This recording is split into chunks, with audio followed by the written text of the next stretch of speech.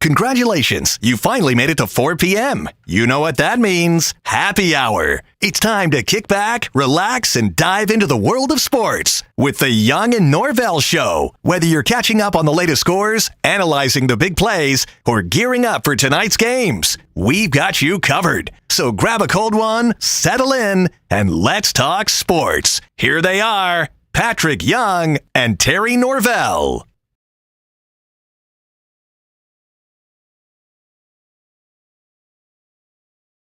On the patio at Sliders. They're closed today. Sliders has gone ahead and kind of shut it down.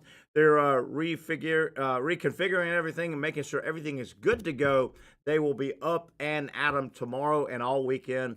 So we are in studio. Thanks. We want to thank our good friends though at Sliders. They've taken great care of this show for a number of years, and they're open tomorrow all weekend. Rocking and rolling, Sliders Oyster Bar. Get by down in Neptune Beach. You will not be disappointed. The best seafood, the freshest seafood from Safe Harbor Seafood. All right, here we go. A lot to cover today on the program. We hope to hear from Patrick Young. Obviously, the weather and stuff like that is affecting everybody. We hope to hear from Brent Beaird a little bit later. A lot of NFL talk, a lot of college talk, and we have our picks. As I welcome our producer, Zach Rothrock. Zach, are you there? Are you in the house? Are you anywhere? There you are. How you doing? I am here. How you doing? I've been better. I've been worse. We today we have to go over our picks again. Yikes! Because we have to make our picks. Yeah.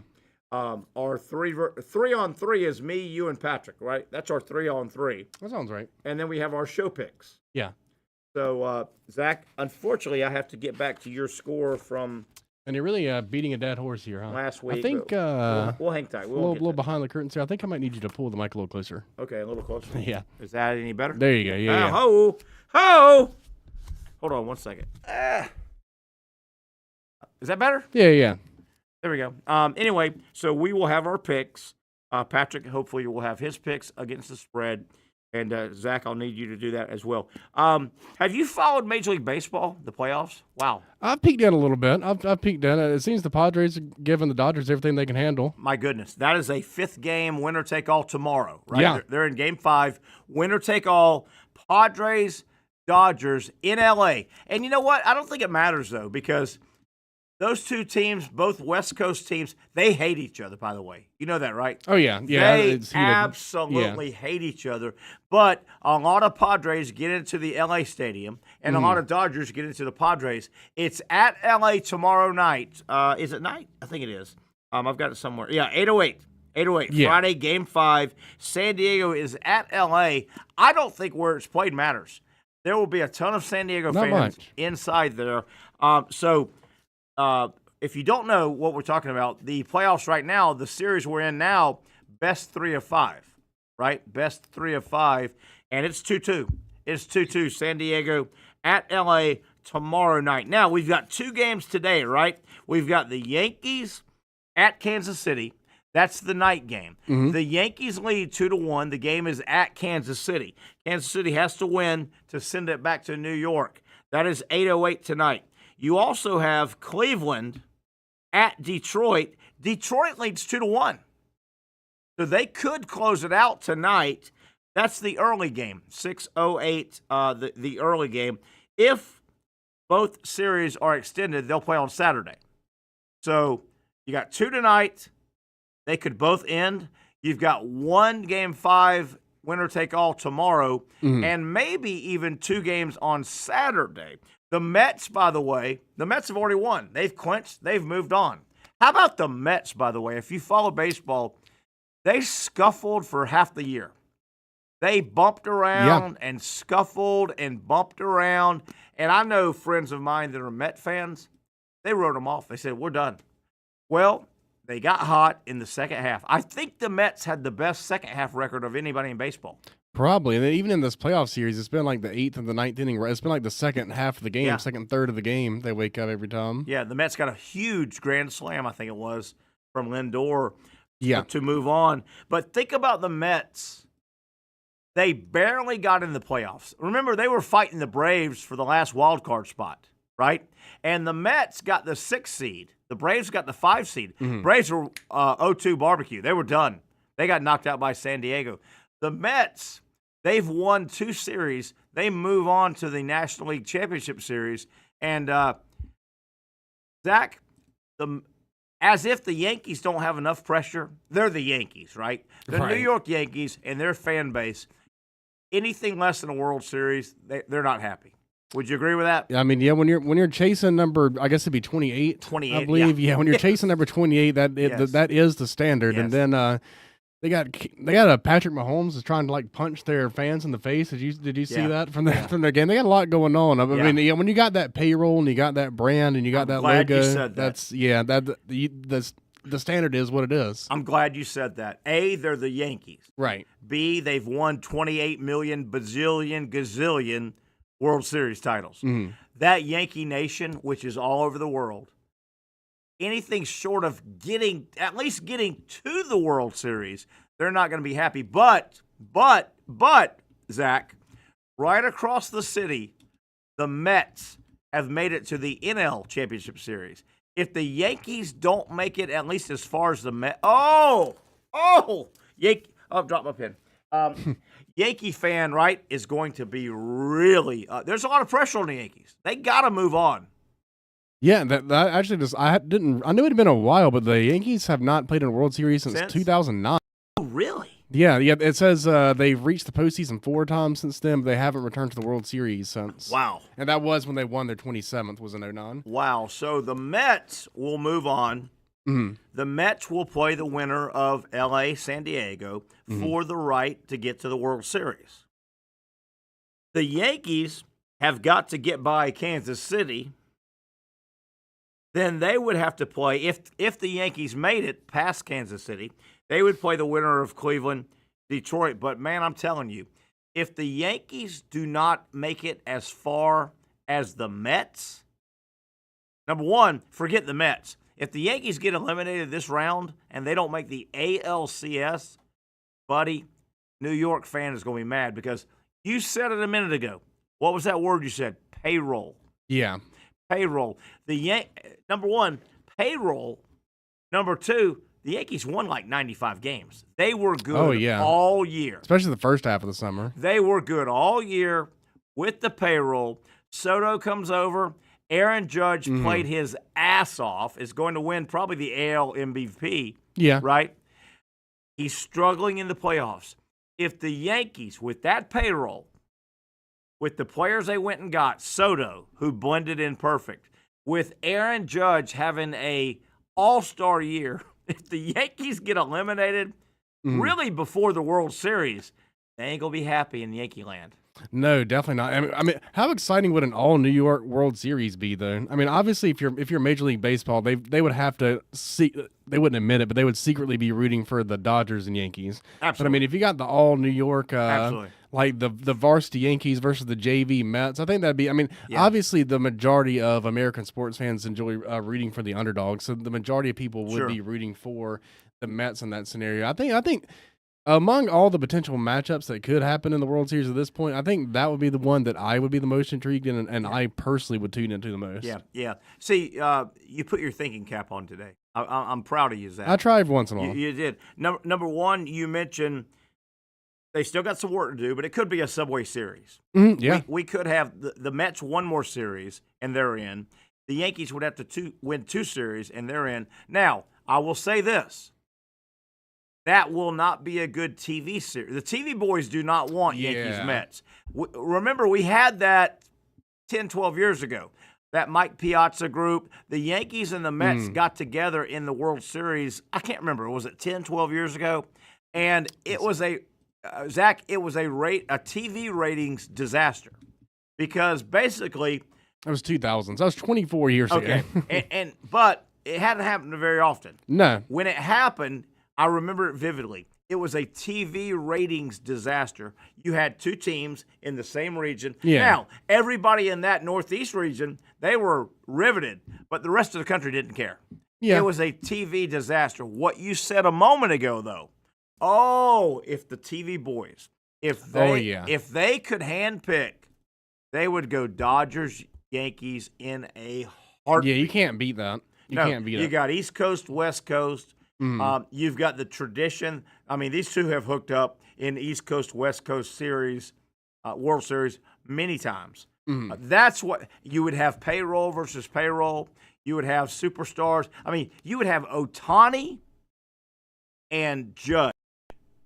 That right there. Yeah, that's the premium, head-to-head matchup. That right there. Yeah. That right there. But yeah, Major League Baseball does not. Yankees, and we may have some New York fans watching and listening, and they may be mad as hell. But I'm just telling you, quantitatively, the numbers say you don't want a Subway Series. It's too regionalized. The St. Louis fan, the Minnesota fan, the West Coast fan would say, it's football season. Hell with the Yankees Mets. Right? Yeah, pretty much, yeah. And that was proven out. I don't know if you remember, the series was Piazza in his heyday with the Mets and the Yankees. They met in a Subway Series, and it was a TV ratings disaster. Yeah, in the year 2000, right. I mean, that would be like the Marlins and the Rays getting together. It's just too regionalized, right? It's just too. But L.A., New York, ooh. Yeah, and I mean they have met several times in the World Series, but yes. they haven't played in the World Series against each other since 1981. Yeah, it's been a long time. Yeah, so it's been several roster changes, manager changes. But you know, when you think about it, I don't think there's a real correlation in the NFL, but there's a correlation in the NBA. Let me tell you something. Historically, when the Celtics play the Lakers, the NBA loves it. Oh yeah, 100. It's the same concept. It's the same thing. It's West Coast, East Coast. It's them versus them. And the theory is they catch everybody in the middle. Yeah, they catch everybody. Somebody in Minnesota probably goes, I'm gonna go with the Lakers because they used to be here. Somebody in Tennessee goes, well, you know, I've got relatives in the Northeast. Let's go to the Yankees. Yeah, and those are the two teams. I mean, nowadays at least, those are the teams that get all the media coverage. So they're the two teams that everyone is the most familiar. Even like a casual fan is at least relatively familiar with. Everyone knows who Shohei Ohtani is if you've been paying attention to sports at all. And Judge. Can you imagine if the Yankees and the Dodgers make it, but if the Dodgers make it, the international eyeballs that will watch at least 4 games if it's a sweep. Can you the Dodgers, Ohtani, his home country, and they have a lot of eyeballs in that home country. Oh yeah. I mean, enough to where they change the entire advertisement background every time the guy comes into bat. Absolutely. Yeah, for sure. Yeah, and it's warranted for sure. Yeah. If the Dodgers make it out, and they represent the National League in the World Series, I would just about guarantee you that the Dodgers, dollar for dollar, would sell more advertising of their own. You know, Major League Baseball will sell advertising. Yeah. But the Dodgers obviously would have advertising, some local stuff. The Dodgers would have, I think, off the chart numbers. Like international. Yeah, for sure. Yeah, never reached territory before. And don't you know, Major League Baseball, they would cut their right arm off to get the Yankees-Dodgers. Dodgers. I mean, it kind of feels like they are on a collision course. I mean, the Dodgers did blow out the Padres last night. It's been a weird series. 8-0. Yeah, it really has been. And the Padres won a game earlier in the series, 10-2. Yeah. So you got a 10-2 and 8-0. Conversely, the Yankees are battling the Royals. I mean, there's been some one-run games. Nobody told the Royals, you're not supposed to be getting in the way like this, right? Yeah. They're kind of the opposite of the Yankees in terms of the payroll and the brand. I mean, they did win the World Series a few years back, but they're before the season, no one expected them to be where they are necessarily. Oh man, been a fun season, real fun season, and we'll see where it goes. I'll tell you one thing. If you think about what it takes to win the World Series, my God, you've got to go through like four. You got to win 4 series, don't you? Unless does some of them get to skip the wild card, or does everyone have to participate? Well, in that? I guess you're right. The division, the two. There are the two leading divisions on each side, national, they took a bye. Right, but right. if you're not one of those two, to win the World Series, you got to win that first series, best of 3. The second series, where we're at now, is best of 5, right? Yeah. The third and fourth series, the fourth would be the World Series. Mm. You got to win like 4 series in a row. Yeah, I've honestly always found it kind of crazy that baseball does that. They do the 3 and the 5 game series, whereas the NBA does 4 rounds of 7. Because I mean, they already play 162 games. They can't just make all the series 7. I know, and I will say this: it feels really abrupt. Major League Baseball has toyed with that. Obviously, they've expanded recently. They've toyed with it. And I'll tell you the one thing I do remember from the NBA, what they've toyed with. They've always been okay with the 7-game series, but how to break it down. It used to be 3-2, 1-1. It used to be 2-2, 1-1-1. Yeah, they've done different things. They've always tried to finagle what's the best way to do 7 games. Yeah, it feels like they've figured out the best way to do it is to put 2 days in between each game and put as many commercials in between quarters as possible. Yeah, you think? It seems like that's how they do. I think the NBA playoffs last 7 months. It's unbelievable. Yeah. And I had my I got it right here, I think. Speaking of the NBA, if you're one of the teams that hangs around, either wins it all or goes deep, you have no off season. Oh, no, yeah, and then you could potentially have an Olympic year like they did this year. Olympic where they year go into this that. year. Yeah. Because the NBA playoffs, I noted every year, they start mid-April. Yeah. And the NBA playoffs end mid-June. Oh, yeah. Okay? So I remember getting this the other day, and we talked about it yesterday at Twin Peaks. NBA season opener, October 22nd. Yeah, it's coming. I've seen the ads for it. It's coming. Hockey's already here. Are you kidding? Yeah, and hockey, Twin Peaks celebrates that as well. It's somewhere. I've lost it somewhere. But yeah, hockey's right around the corner. NHL season opener, October 4th. Yeah. So they've already started. Yeah, they've played a few. I think most teams have played their first game by now. Yeah.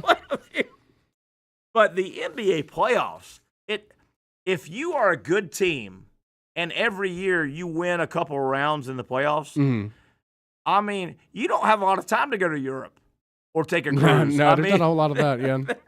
They're playing, man. Yeah, and most of them a lot of teams make the playoffs in the NBA compared to other leagues. I think 16 out of 28 make it maybe. Yeah. So, yeah, it's pretty high format. As we come up on our first break, I want to throw this out, and this is random, but have you heard, and I got this corroborated when I was at the Jacksonville Sports Hall of Fame the other day. I want to say hi to my buddy Freddie Weeby checking in, saying hi to Terry and Zach. Have you heard Jacksonville is toying around with, and there's some big movers and shakers that are kind of snooping around for an WNBA franchise, Zach? Have you heard that? I mean, that would be I bet I would get a chance to see some Lady Gamecocks playing that if they did that. I would actually be excited for that. The WNBA is looking to expand now. I think we could support a WNBA team in the city. I don't know. You don't think so? I don't know. And we do a good job with the shrimp. The shrimp are usually packed. Well, we pick at the WNBA a little bit. Yeah. And I don't think we're the only ones. We wonder a little bit. Obviously, the NBA subsidizes the WNBA. Yeah. They spend a lot of money. And my theory is, and I don't know anybody deep in the NBA offices, my theory is, and pardon me, I got a little bit of a cold. I know my voice is a little. Yeah, it's that season. Yeah, I'm sorry. I got a little congestion working. But my theory is that the NBA really pay the bills. The WNBA doesn't really make a profit. They don't make money. They've been carried by my theory is the NBA must think, and keep in mind the 2 seasons are opposite. They don't overlap. Yeah, they stagger. They stagger. Good point. Good word. During the calendar year. My theory is that the NBA must think it's good for us to keep the game of basketball front and center. Yeah, that definitely feels like it is part of their strategy. And I mean, I feel like it's there every day. Right. That someone's doing some basketball thing for because sure. And I looked this up about a month ago because I remember on the air, I was like, gosh darn. It seems like the WNBA is always in season. And I looked it up. And, it told me, it said No, the NBA and the WNBA, you would think they would overlap. No, they do not. That's what makes you feel like they're always playing. Mm. Now, with all that said, I don't know, and I don't know the financials. I just know from you and me and guys like us looking from afar, I don't think they make any money. I think they lose money. And here's the issue. I think there's two issues I've got with the WNBA for them to make it. Number one, the WNBA, at some point, you have to survive by women watching your sport. You can't depend on men being the eyeballs to drive, right? You see where I'm going? Yeah. At some point, women have to watch your sport. Is I think the big thing, and I don't think anybody in America today. Let's say this was a normal Thursday, right? No hurricane or anything. I just don't feel like we're anywhere near where today at 1:07 around the water cooler when you took your post-lunch check back in corporate America, I just don't think 6 women were meeting at the water cooler going, hey, did you see last night's WNBA game? That was something. Yeah. Yeah. I mean, your point is definitely true. That definitely is happening less and less. I do think that they are trying to take a step in the other direction by making Caitlin Clark a big star. Yeah. And so I just looked up 2 different things. So I looked up, did the WNBA turn a profit this year? Shockingly, no, they did not. They're actually expected to lose about $50 million this year. How many? 50 million. Could you say that again? They're expecting. That's what this quick Google search says. Could you say the 2 numbers and then put them together? Yeah, well, 5 and a 0 million. Yeah, 50 million. 50. Yeah, as in 10 times 5 million. Yeah, but I also because of Caitlin Clark, I also posed the question: did the Indiana Fever turn a profit this year? And I don't see turn a profit. I do see they had seen a significant increase in revenue and attendance. It says they saw a 256% increase in attendance, and more than 200,000 fans attending home games. Does it say did those tickets get purchased or were they giveaways? It says, I'm being facetious here. Yeah, right. It says that the Fever, which is the Indiana team, they did lead the WNBA in ticket sales, but that the secondary market ticket prices they doubled, so there was probably more. You hit a moment ago, 5 minutes ago. I said I have 2 issues that the WNBA has to cross, and I don't see them crossing it. Women have to watch the WNBA. Men, you can't depend on men carrying. Okay? Yeah. And the second thing I was going to bring up, and you led me right into it, Zach. How often, and I don't think you can create this year after year after year. How often are you going to have a Caitlin Clark type story? Yeah, I mean that's it. Not often. By next year, that'll phase out a little bit. Right? I don't think you can call Hollywood 101 and say, "Hey, this is WNBA. We need another big freaking story for this year." Right? Yeah, it's hard. If you're at some point, you have to survive. The NFL survives because they're the NFL. Yeah, when Tom Brady survives, retires, their ratings maintain. Michael Jordan retired, the NBA survived because they're the NBA. If you're dependent on a massive mega story, Caitlin Clark was a massive mega story with a bunch of different tributaries that you could hook onto. Good luck finding a Caitlin Clark story next year, 2 years from now, 3 years. You might. But I don't. It's at some point you've got to stand on your own 2 feet and say, "We're the WNBA. Here's our season. Here's our TV games. Who's watching? Who's buying tickets?" And I see that. I don't know if I ever see that happening. But the word is there's some really movers and shakers, and I root for them. Right? We've got an arena. We've got an arena downtown that has dark nights. We could use a I personally think that would be really cool. Literally, so I could go see former Lady Gamecocks and play in Jacksonville. Like, I'm not joking about that. I really think I personally probably would go to a few games. Now, 4 years from now, if the Lady Gamecocks aren't going to the national championship in college basketball, I think Asia Wilson's going to be in the league for a while. She'll be the reigning WNBA MVP. You get my point, though. When she's retired, I do. or South Carolina, Dawn Staley shuts it down, and they're not playing in the Final Four national championship. The Lady Gamecocks. God, going to take the Lady Gamecocks away from me. That's all I have. Would you really care? Would you really care then? You know what? At this point, I have literally grown. Like I embrace it. I actually literally do. I thought Caitlin Clark had an undefeated season until she ran into them in the finals. That excited me. I like that. I actually literally do enjoy watching Lady Gamecocks and Dawn Staley dominate. Unironically. You better be careful if you are hitching your wagon, the WNBA, to a Caitlin Clark. I don't know if they would sell out. I don't know if they would sell out games here necessarily. A Caitlin Clark level story every year to carry your franchise, right? Or to carry your brand, to carry your sport. There's your two issues. Yeah, women. You can't expect. Well, men better carry our WNBA. No. If women don't watch women's sports, are you going to depend on men? Yeah, I think the large part of their audience is just degenerate gamblers that don't have any other sports to bet on at the time. I think that's a large part of their audience. Are you speaking to yourself? I don't know what that means. Okay, let's go to the break. I think we got Brent Beaird on. We'll talk some college football. A lot to do here. We're in studio. Normally Thursday, of course, we're on the patio at Sliders. They have shut down today. They just want to make sure everybody was safe.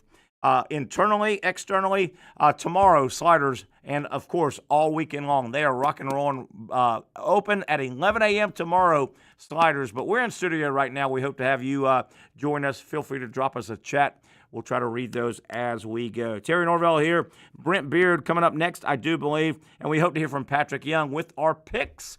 We're going to try and give you folks guaranteed picks so you can make money. It's a Thursday edition. The Young Norvelle Show right here on Action Sports Jacks.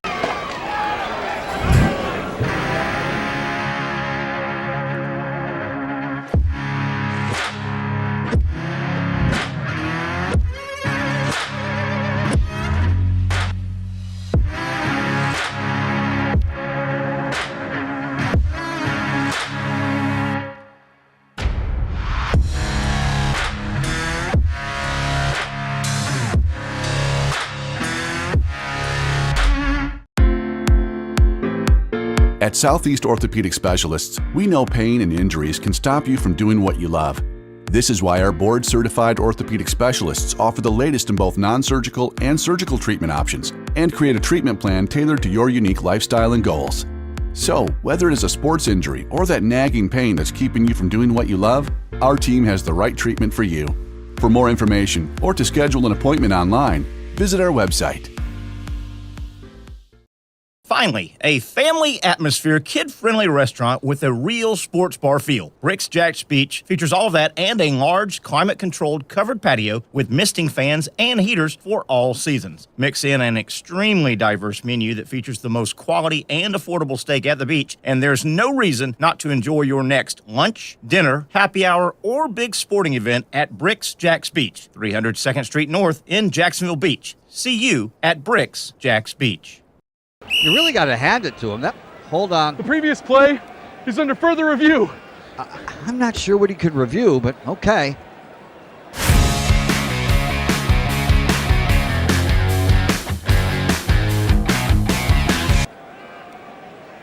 Sure has been a while. Dine in at Hurricane Grill and Wings for the football season. Well, there he is. Oh, what is that? The Action Sports Jacks 24/7 network is streaming. I'm Stuart Weber, and I'm here to teach you a nice three-step process on how you can watch all your favorite programming from the Brent and Austin Show every weekday 10 a.m. to 1 p.m. or the Cup Date with me. It's fantastic. We talk NASCAR. It's a great time. Wednesdays at 1 o'clock. All right, first step, easy. Download the Action News Jacks app. You probably already have it downloaded on your phone, so you might already have that one taken care of. Step 2, see that stack of pancakes up there? You click that stack of pancakes, and it's going to bring down step number 3, which is a full screen of all the different streams that you can click on, including the Action Sports Jax 24/7 stream. You click that, the video's rocking and rolling on your mobile device. You're watching all the shows you want to, and you're having a good time. You can also do it on your smart TV with the Action News Jax Now app. I do it on my Samsung TV at home. It's a great way to watch it on a nice, large screen for all the content. That's the Action Sports Jax 24/7 network. Hope you can find it.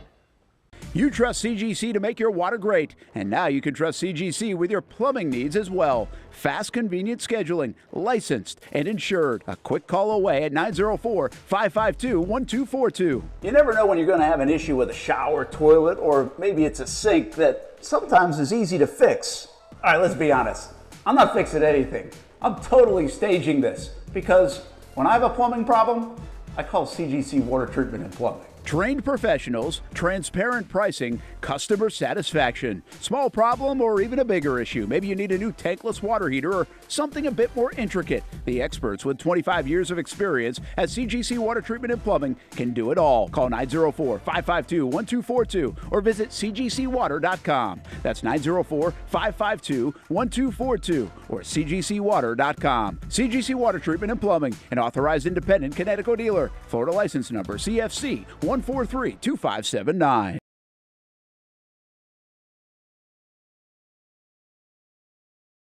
As you can tell, not at Sliders because obviously they're shut down. They're kind of revamping everything with the weather that came through. Sliders, don't worry, up and running 100% tomorrow. Go check them out tomorrow, all weekend. Always something good at Sliders, including the food, the best seafood, the freshest seafood in the world you will find at Sliders Oyster Bar. They get their seafood from Safe Harbor Seafood, which is right there. I mean, right. It's almost like the fish that can jump out of the ocean and land right on your plate at Sliders. It's that close to the ocean, and that's where you want your seafood coming to you from. Terry Norvelle here. I think we got Brent Beaird on to talk some college football and other stuff. Brent is a well-rounded. Brent, what about the frickin' New York Mets? They barely sneak into the playoffs, and they're a series away from the World Series, putting a lot of pressure on the Yankees.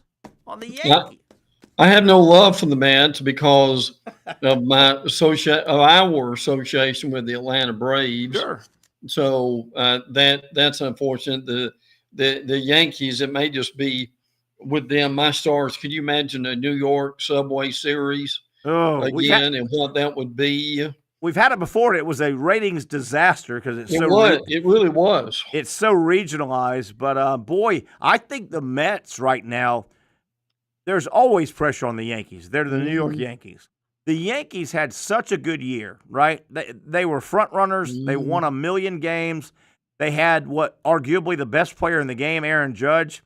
Let me tell you something. With the Mets moving on to the NLCS, if the Yankees don't at least make the World Series, that city's going to be on fire. Can you imagine the Met fans? Oh, yeah. Hey, and by the way, for Florida Gators, Mr. Pete, who has a propensity to hit home runs, has had an amazing year. So, listen, it's a great time of year with all that you got going on. The overlapping is great. Listen, I'll be brief about this. But let me say something about what you were just talking about with the WNBA. Listen, they have got, and why nothing was done about this, and maybe it was, and it was behind the scenes. Okay, but you can't assault Caitlin Clark on the court the way they have done and not deal with that in some way.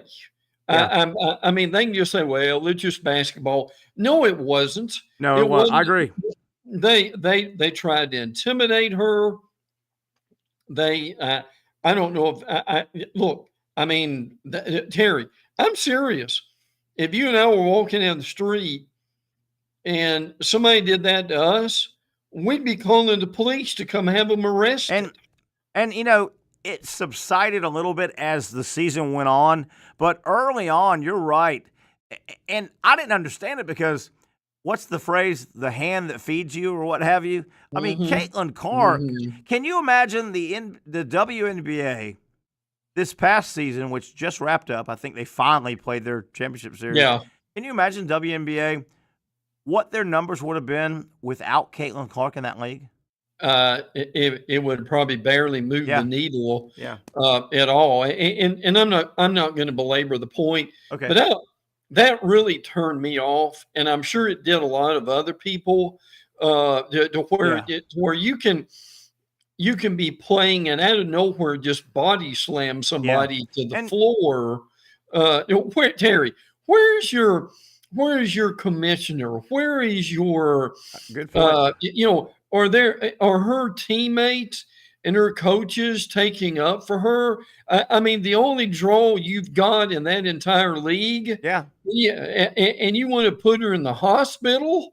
How ridiculous is that? And it was almost like what did she do? She played her college season. The WNBA was already going on. She jumped right into the league, I think. And it was almost like they treated her like the NBA, deep into the NBA playoffs, we all understand it gets physical. If you come down the lane in the NBA playoffs in the semifinals or the finals, well, you got to pay the price to put that ball in the basket. Yeah. They did that to Caitlin from game one. Yeah, sure they did. And Terry, it wasn't under the basket either. No, I mean, they were 30 and 40 feet out. Yeah. And they were knocking her down to the floor. So anyway, we'll move on here. But I just wanted to say that, and I bet there are a lot of people who feel that way about how ridiculous that was. Let's talk some college football with Brent Beaird, our resident college football expert. And Brent, we're going to try and take it to the top of the hour if that works for you, even a little more. Yes. Let's start with Alabama. I mean, still the big talk of the week. The people are calling it the biggest upset in the history of college football. Vanderbilt. We know about the 0-60, blah blah blah blah. Where's Alabama? Alabama hosts South Carolina Saturday. It's an early noon game. Where, in your opinion, where is Alabama up here? Alabama's better than South Carolina. Right. Where is Alabama? South Carolina can play a little bit of nasty defense. Where do you see the game? Where is Alabama and Kellen DeBoer?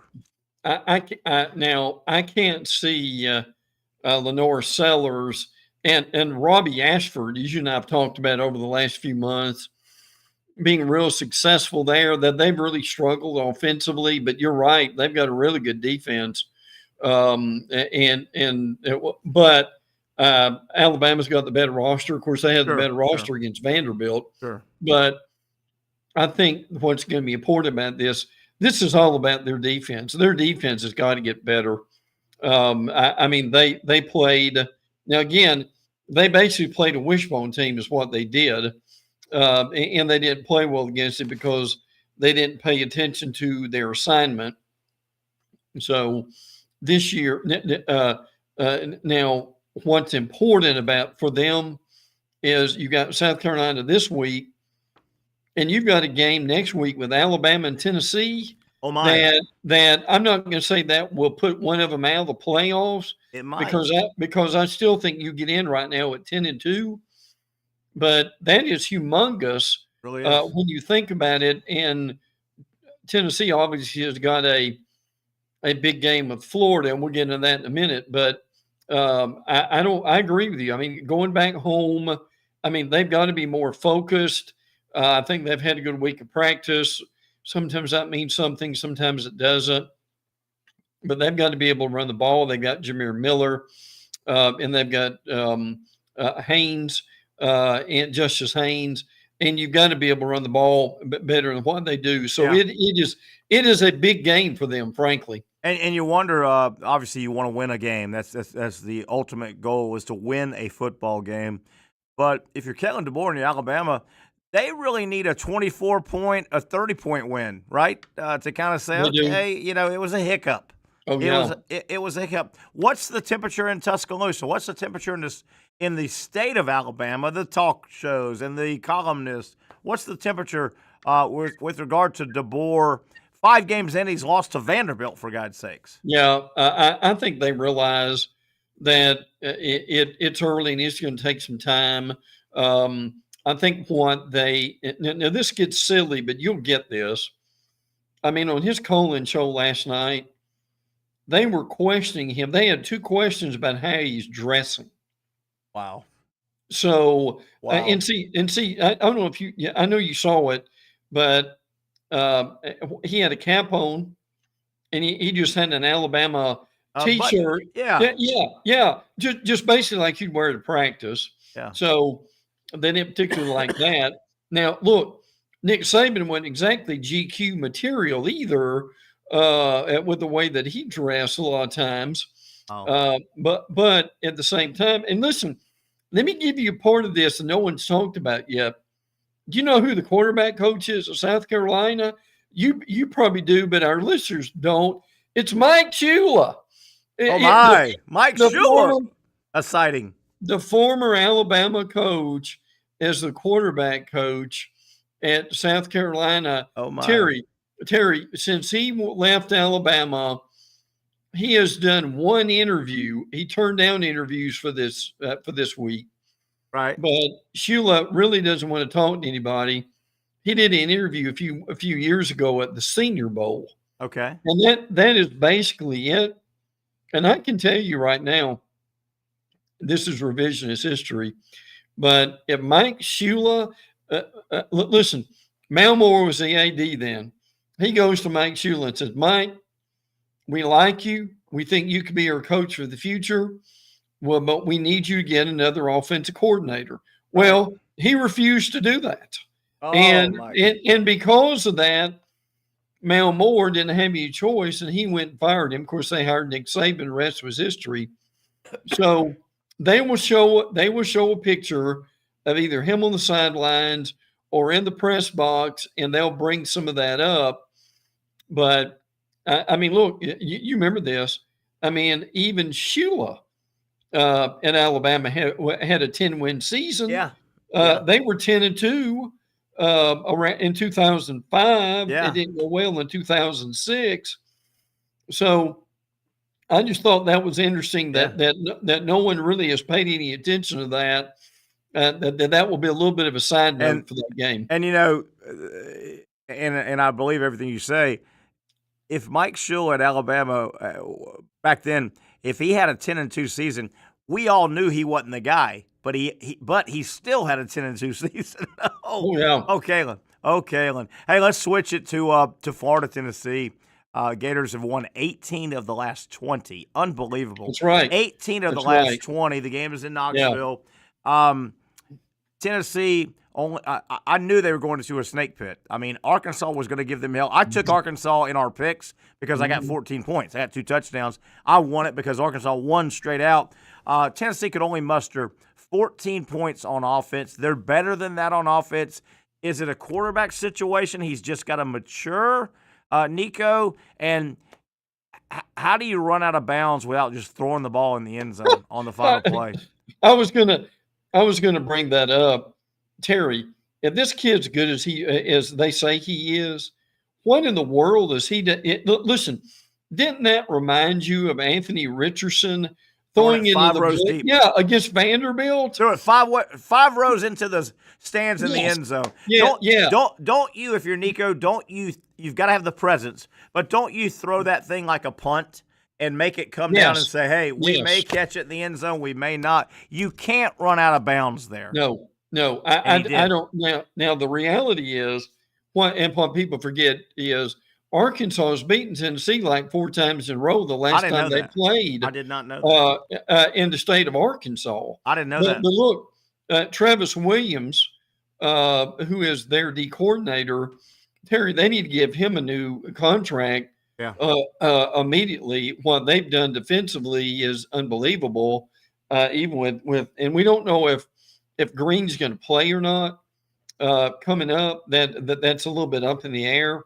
But look, here's the amazing thing right now. Think about this a minute. Arkansas could be undefeated. Absolutely. Arkansas could have beat Oklahoma State. Arkansas should have beat A&M. Terry, after beating Tennessee, how close is Pittman right now to a new contract? Oh my goodness! Right now, if the season ended right now, you'd almost have to give him Coach of the Year.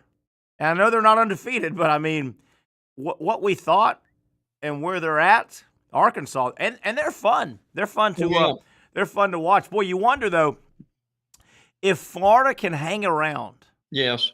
And I think for Florida, their defense is miserable. I don't think they're going to get better between now and getting on the plane going to Knoxville. Right. I think Florida's rest of the season, the Gators' rest of the season, the best way they can play defense is convert on third down on offense. Right. I think Florida has to convert on third down on offense and score on 6 and 7 and 8-minute plays. I don't think they're very good on defense, but if Florida offensively can just convert. Now, if they don't convert many third downs, they're going to run out of the gym wherever they play. Yeah. I think do you think the Gators can hang around and make it a second half game? I do. Now, Tennessee plays a lot better at home. They sure do. But the reality, and I like the Dylan Sampson. I like the Pierce kid on their defensive line.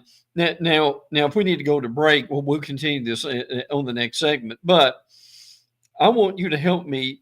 People have forgotten, and they're scratching their head when I say this. This used to be the game in the SEC every year. This was the third week of September. Yep. They had their CBS had their U.S. Open Tennis Championship. Yep. And then they started the SEC season with Fulmer and with the old ball coach. And now help me get people to understand this. They were both probably in the top 5, right? Yes. It was a massive game. And people today, do they understand anything about the history of this game and how big it was? I don't think so. It had a knockoff name as the Southern Super Bowl, they called it. And people may say, well, wait a minute. It was the third Saturday in September, first SEC game. But if you won it, you were off and running because Georgia was literally no factor back then. No. Florida, Tennessee kicked Georgia around. You were in divisions. You might have played Auburn on this side, but you're probably gonna knock heads with Alabama on the other side. Mm-hmm. The Florida Tennessee game in the 90s was all of any other rivalry you could pull up. It was unbelievable. Yeah. And the press, and there were several games that the media buildup was all off season. Yes. I mean, all off season. People were saying, oh my God, Peyton Manning's going to get his first one against Florida. He never did. Peyton Manning came back for a fourth year because he wanted to go beat Florida in Gainesville. They didn't. And it had that, the rivalry had all the things you needed. It had a bunch of controversy. It had a bunch of, this fan base was pissed off because of that call and vice versa. It was a monster game. Brent, let's go through a couple more games before we take a quick break, and then I want to talk about some of the disappointments this year. Texas, Oklahoma. I just don't think Oklahoma can piece enough offense together. I think on a bad day in Dallas, Texas can squeeze out 20 points. I just don't know if Oklahoma can score enough to beat Texas. Can Oklahoma score 10 points? I don't know. I'm not convinced they can. Frankly, I mean, when you've got a new quarterback and you've had your and I'll never forget that Auburn game, having every starting wide receiver out with an injury. I don't ever remember that happening in all the years you and I have covered college football. That was one of the most amazing things. But so, with that said, I mean, look, Terry, wouldn't Oklahoma need like 2 pick sixes to stay in this game? You would think so. I'm with you. I don't see how it could. Frank, now, the funny thing about this game, there's some strange things that happen from time to time. Last year was exciting. 2 years ago, it was an absolute blowout. Yeah. Now, I will say that's a game you and I need to go to one year. Agreed. Just to enjoy. We probably have to take some Pepto-Bismol with us just to enjoy the fair and all that's going on. Terry, I hope they don't move that thing from Dallas and move it to Jerry's World or something of that nature. Although I'm sure Jerry with the Cowboys would like to do that, but I mean, Terry, at this point, I mean, if Texas does what we think they do, now Texas has got Georgia, that's around the corner, in Austin.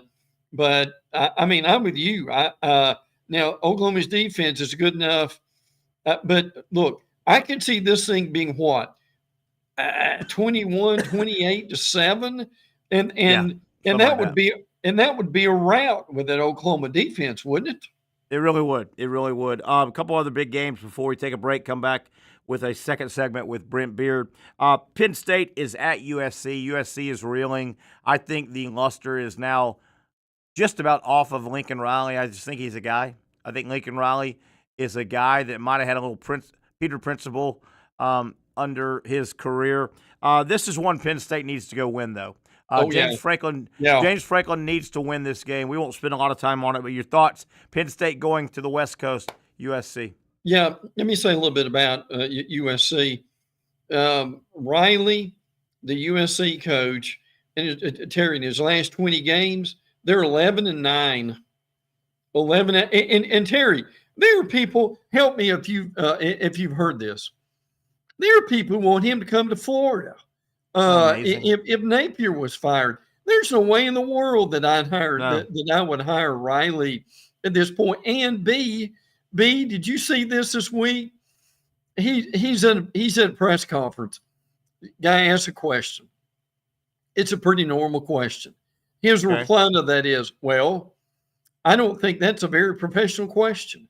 Look, Riley, here's the reality. They pay you $10 million a year to answer questions if they're quote unquote professional or not. Just quit being a baby and answer the question. Yeah, and you know my stance.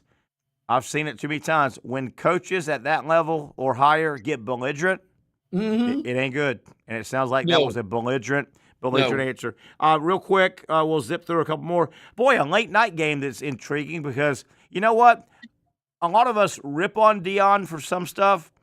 If Deion Sanders and Colorado at home, if they beat Kansas State, who's ranked 18th, that's a big game. It's a 10-15 game for us on the East Coast. But, I was impressed with Colorado when they came into Orlando and just absolutely whooped up on UCF.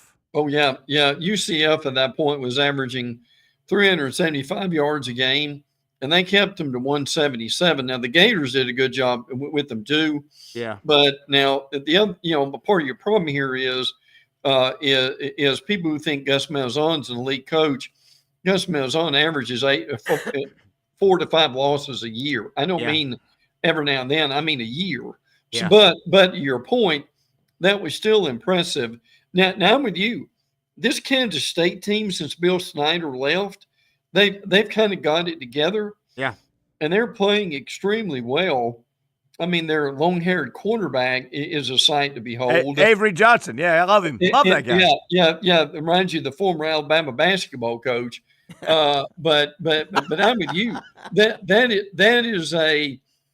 is a nice game. Yeah, but we may have to have a nap before that one comes on. I won't make it, but a final big game. Then we will take a break and come back. Brent, I want to talk about some disappointments halfway through the season of college football, basically. Ohio State, Oregon.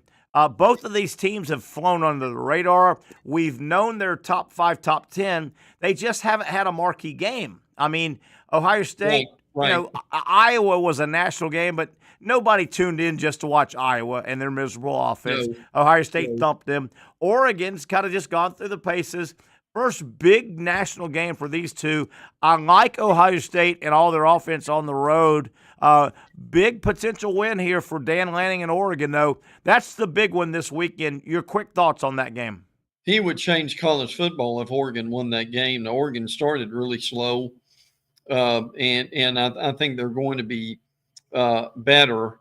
I think Dillon is a tremendous quarterback. Yeah. With Oregon to say, I mean, he's a Heisman candidate, but I'm with you. I mean, if you're look, Terry, at this point, Ohio State's beyond excuse, aren't they? Yeah. I hate to say it, but they've done this themselves. They went out. I'm not going to say they've got the best team money can buy, but the point about it is they have gathered a group of players. Right. That you can make the argument, particularly at running back, particularly with Junkins moving up there. I mean, that they, with the talent they've got, they're right now, Terry, is there any excuse that they can't beat anybody? Yeah, you would think, boy, that is a hell of a talented team. It really is. Their defense, Ohio State's defensive side of the ball, most of those guys are homegrown. Yes. They got JT and they got Sawyer and all those guys, just good recruiting. Mm-hmm. Offensively, they go out and plug holes, and, man, those two backs are something. I wonder you wonder if these are two good teams. I don't care what the score is Saturday night or when it's over. They're two good teams, Oregon, Ohio State. You wonder, though, if one of them can put a number on the other one and just send a shockwave. You talked about if Oregon wins, that would send a shockwave. But, yeah, Ohio State, this is one Ohio State on the road. It's a night game, I think, nationally. This is one Ohio State or Oregon could really, really ramp it up with a big win. And let me say this before we go to a break. Now, look, I'm not advocating for Napier to be fired, but we understand the reality of that. Yeah. Terry, if that happened, if you're Florida, if Napier's gone, don't you go to Lanning and make him tell you no? You do, don't you? And yes, people that don't know his history. Wait a minute, that guy's on the West Coast, way up there. No. He was a Kirby sergeant. Yes. He has game planned, and he's won a lot of big-time SEC and national football games. Oh, my goodness. And Alabama won. Alabama was very interested in Lanning. I think they got the guy they needed, but in DeBoer. But they were. But don't think for a minute.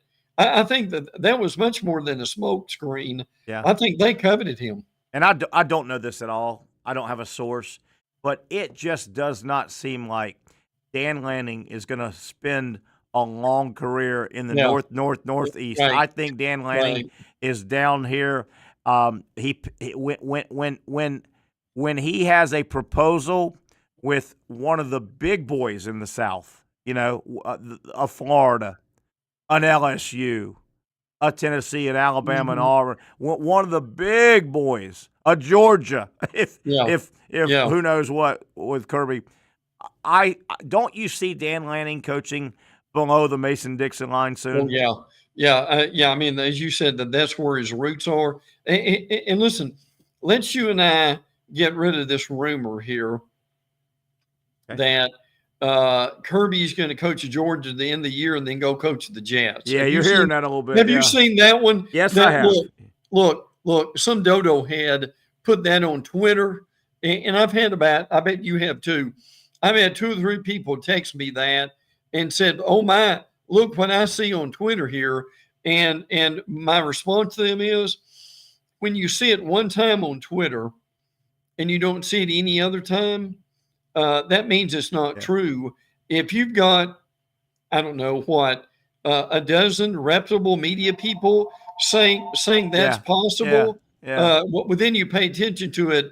But I can tell you right now, that's not who Kirby Smart is, and that's not where he's going. Let me. I don't do this very often. I think I'm going to try and correct you a little bit. I don't think it's one dodo head. I think it's 3 dodo heads, and one of them is wearing a Gator hat. Yeah. One of them's wearing a Tennessee hat, right, and one of them's wearing a Georgia Tech hat. Yes. Because Yes. and they all have a travel agent on speed dial saying, "We'll help Kirby move out of Athens if we." Yeah. Well, I'm sure you had that same reaction to I've seen that it, I did. Yeah. And look, maybe he might one day, but Terry, Kirby Smart is an excellent college football coach. He's an elite college football coach. He's not an NFL coach. It just doesn't feel like that's his game. No, it really doesn't. It just, and that's no knock at him, but man, he feels like a college football coach. He does. To me. He really does. And the NFL's a different animal. The NFL, ask Nick Saban and Steve Spurrier. The NFL is a different Lou Holtz. It's a different animal. It really is. And you can't just walk into a Barry Switzer situation where the Cowboys were ready-made to win Super Bowls. Yeah. Right? And he won some. Yeah, definitely. Brent, hang tight if you don't mind. Yeah. Top of the hour. Oh, yeah. We'll take a break, come back. I want to hit kind of college football from the other side. Sure. Who's scuffled a little bit. And also, I'm intrigued now by the group of five. I wish we didn't have an automatic bid, but they're getting a bid. Yeah, sure they are. It looks like one or two teams have kind of separated themselves. Right. And it's a ranking thinking. It is. It's a ranking thing. Who are those teams? We'll talk about that with Brent Beaird, the great Brent Beaird, on the other side. It is a Thursday edition of the Young Norvelle Show. It is presented, of course, on Thursdays by Sliders Oyster Bar. For those dealing with pain from a sports injury, arthritis, or spine condition, Southeast Orthopedic Specialists offers innovative new non-surgical options. Our regenerative medicine treatments, including platelet-rich plasma and other regenerative treatments, use your body's own restorative cells to aid in treating injuries. These procedures are performed in our offices and typically require minimal downtime. If you want to get back to doing what you love, our regenerative treatment options may be right for you. For more information or to schedule an appointment online, visit our website.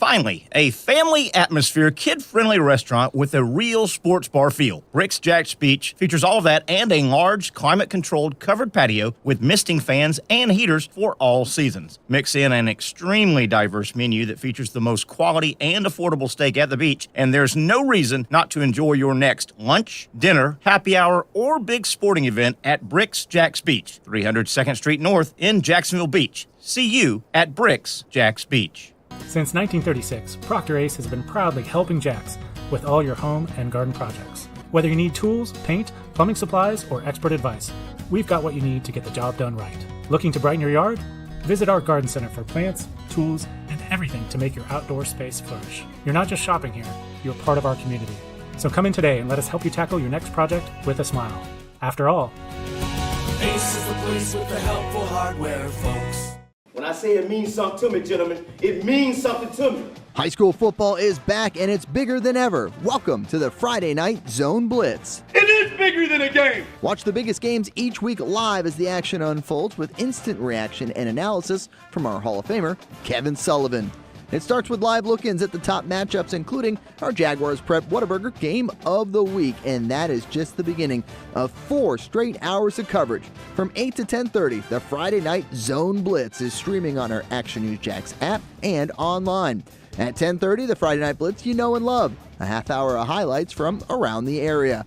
11 o'clock, we shine the spotlight on the bands that pump up the crowd. 11:15, it's time to blitz through the highlights online and on air. Then 11:35, back to the stream to break down the night's results with a reaction from local coaches. 4 straight hours of high school football on the Friday Night Zone Blitz. Only on Action Sports Jax 24/7.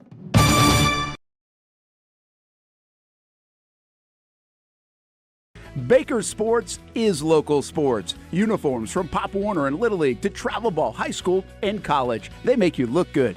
They help you play good. Baker Sports has been helping families make memories that will last a lifetime with their Baker's Buckets. We've got a lot of these filled with baseballs and softballs in the garage. I've been throwing batting practice to Ty and Kaylee for years, and also sit on the Baker's Bucket, catching Kaylee while she practices her pitching.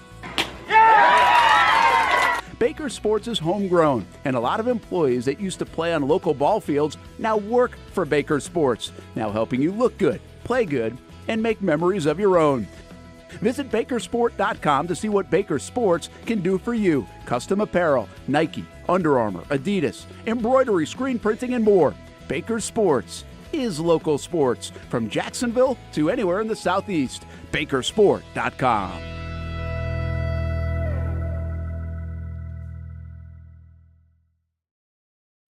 I tell you one thing, I'm getting some work out of Brent Beaird today. Let me tell you, a guy laying around watching it rain and blow wind and saying I can't work because of hurricane. Yeah. Boy, we got lucky though, didn't we? Up here, I feel bad for our friends down lower. But when that hurricane, as we welcome you back, it's a Thursday edition. We're in studio normally at Sliders, but they've shut down today to get ready. They'll be full go tomorrow at Sliders Oyster Bar. Brent, I think that thing kind of when it hit land. It kind of turned a little bit toward the south, and I think that pulled it down under our umbrella, if you will. Is that what happened? Thank God. Yeah. According to Tim Deegan and the group, it did. But again, Terry, we were really fortunate. I mean, we had, the amazing thing is that thing. There were like 40 tornadoes that came from it, which is unbelievable. And that's not normal, right? We don't get that always, I don't think. No, and I hope that's it for the year. We'll hear about it if it's not. But the great thing for you and me is, brother, we've got some 60-degree nights coming up. Yeah. And Terry, next Wednesday, the high is 71 and the low is 54. It feels nice. Talk dirty to me, okay? Hey, especially on a college football Saturday, let me tell you something. Let me tell you something. Old Terry, on a college football Saturday, if that weather holds that you just said, I'll open every window in the house. I'll open the back screen door so my beautiful Penny dog can run in and out. Yep. And, dude, hey, I'm not going to lie. I'll light me some candles, and I'll watch me. The candles just make me calm a little bit. I'll put them around my TV and all. Call me crazy. But, Brent, I'll watch college football with no AC or no heat, saving me money all day and all night. And that's all I care about. That's what I like to do. Listen, we have earned it. I've said here for years, the first 50-degree morning in Jacksonville should in the state of Florida should be a state holiday. Oh, I'm with you, Brent Beaird. Talking some college football here in the second hour on a Thursday. Don't forget, tomorrow we'll be live, of course, at Bricks Jacks Beach. Can't wait to get back out there and hang out with everybody tomorrow at Bricks Jacks Beach. Brent, we had this topic a day or two ago. We were busy. The storm, we didn't quite get to it. College football disappointments. We're roughly halfway through the season, right? Some teams have 6 games, some teams have 5, blah, blah, blah. We're close. Disappointments. I'll just bump a few. Is FSU number 1? I mean, they were preseason 1. Yes. And I think I stole a note from your notes. The Noles, I think, are disappointment number 1. Have they gone 9 straight games with less than 300 total offensive yards? I think I saw that in your notes. Yeah. How does that happen in Tallahassee? I don't know. It really is amazing. The thing they've done, well, you can start with DJ Uiagalelei, so you start with. Yeah. But he is supposed to be injured, won't be back. Probably Brock Glenn did okay. He wasn't terrible. And that's a guy they need to play anyway. But look, their transfers. I mean, Malik Benson from Alabama, Roy Williams from Alabama. I mean, these guys have been average at best. Yeah. Although, Terry, all those transfers last year worked. This year they did not work. But see, my problem with FSU is a heart problem. These guys just don't want to play. Well said. And at some point, find you guys who do. Now, Terry, they're off this week. And can you see them next Friday night? They play on Friday night. Can you see them losing to Duke? Absolutely. On the road at Duke. Duke's 5-1. Duke is playing one of their best seasons in years. I will say this. FSU is off this week. Miami is also off this week. Mm-hmm. I think both of those programs really need an off week for totally different reasons. I think FSU just needs an off week. It's been a train wreck. They just need to get away. Yes. I think it's a great off week for Miami. Miami, they just got back from a 3,000-mile road trip. They've spit the hook out in a couple games. I think it's a great off week for Miami to catch their breath, take a few days off, reconvene, and say, if I'm Mario Cristobal, here's the rest of the schedule, boys. That's right. We have kicked ass the first half. Let's catch our breath. I think it's a great week off week for both of them, especially FSU. They need to get away from the football field, I think, and catch their breath. Yeah, well, and they've got Duke, Miami, North Carolina, Notre Dame. A lot of wins in there. Oh yeah, and then Florida at the end of the year, and that game's at FSU. Terry, how bad will that be if they play Florida and Florida plays one of their better games of the year and beats them by 2 or 3 touchdowns? Yeah. No, look, Mike Norvelle is not in trouble. I agree. By any stretch of imagination, especially after last year. But I'm with you. I don't know if there's anybody close, frankly, to to where they're going at this point. Now, Kansas surprises me as 1-4. Yeah. So I think they might be a little bit of a disappointment, but yeah, unfortunately, top to bottom, FSU would be that with anybody. If you mention, if what you just mentioned, if Florida goes into Tallahassee at the end of the year and puts a knot on FSU's head, and FSU could have quit by then. I've seen some quit in them already. They could have really quit by then. If Florida puts a knot on their head, I would imagine that earlier in the year, Miami would have put a knot on their head. That ain't going to be good because, Florida just went through that. Florida just lost to FSU at home to end last season in Gainesville, and they lost to Miami at home to open the season. That's never good going back-to-back rival state losses, and FSU could have we touched on USC real quick. I think the bloom is totally off of Lincoln Riley. I think he's just a coach. He had been mentioned as one of the 4 or 5 guys. I think USC, they've got 2 losses. I think they've got another 2 or 3 losses in them. Yes. Am I too quick ahead of this? I think Lincoln Riley is just a football coach. He's got to do something to get back into the upper echelon. Well, I tell you what he needs to do that. Yeah, he needs to eventually come to the realization that you've got to play defense in order to win some of these games, and that's been a real problem for them. Now they just lost to Minnesota, right? And obviously they've got Penn State coming up, right? But look, Maryland's played better. That won't be an easy game. Now, let me ask you this. How embarrassing is it going to be if Rutgers goes to Southern Cal and beats them? And that's plausible. And I tell you right now, they won't like to hear this, but Rutgers is tougher on the line of scrimmage than Southern Cal is. Greg Schiano's done a nice job his second go-around. You look at USC's schedule. They've got 2 losses. They have Penn State at home. They should lose that game. They should. At Maryland is no easy trip. Rutgers goes to L.A. Greg Schiano doesn't care about traveling to L.A. No. They're going to play their ass off. Sure they will. At Washington. Yeah. Nebraska at UCLA, which is a home city, and then Notre Dame. And Notre Dame may need that game to get into the playoff. Can you see? So Terry, okay, they've already lost 2. Penn State's going to be 3. Right. I think Rutgers is going to be 4. And out of these remaining games, at least Notre Dame would be 5. Look, they may be 6 and 6. Ooh. Yeah, I'm totally taking the bloom off of Lincoln Riley.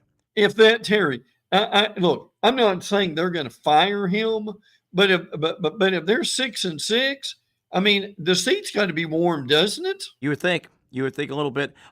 Disappointing year for North Carolina. Everybody loves Mac Brown. It's time to end that. The second go around of Mac Brown, it's time to end. And Brent, you and I, we've talked college football for years. I've known you for a better part of 30 years now. I think you agree with me. There are 2 programs on each coast that I don't understand why either program is not better at college football. And I feel like I could go coach one of them and you could go coach one of them and make them better at college football. I think North Carolina should be a good job. I think North Carolina can win big in football. I know they're a basketball school.